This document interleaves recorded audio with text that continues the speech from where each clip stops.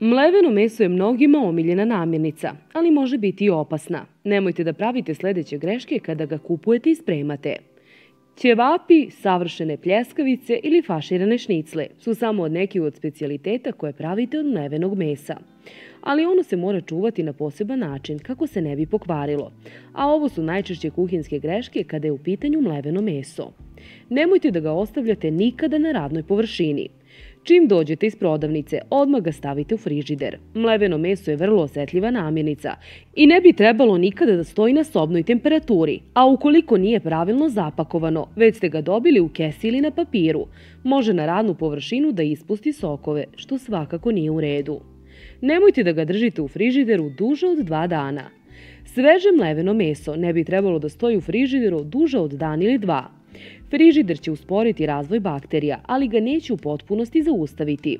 Ukoliko ste ga kupili i niste stigli da ga pripremite nakon dan ili 2, proverite da li dalje izgleda i miriše normalno, a potom ga ili termički obradite ili zamrznite. Nemojte takođe da ga zamrzavate u posudi koja ne može dobro da se zatvori. Ukoliko ste kupili mleveno meso u posudi sa plastičnom folijom, u istoj posudi ga i zamrznite, bez prebacivanja u drugu. Ukoliko planirate da ga čuvate više meseci, preko ove posude umotajte i prijanjajuću foliju.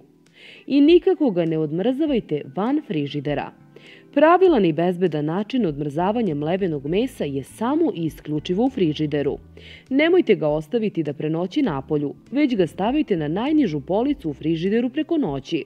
Na taj način postepeno i bezbedno će se odlediti, a kasnije će se smanjiti i rizik da tečnost tokom odmrzavanja kapne na druge namirnice koje se nalaze ispod.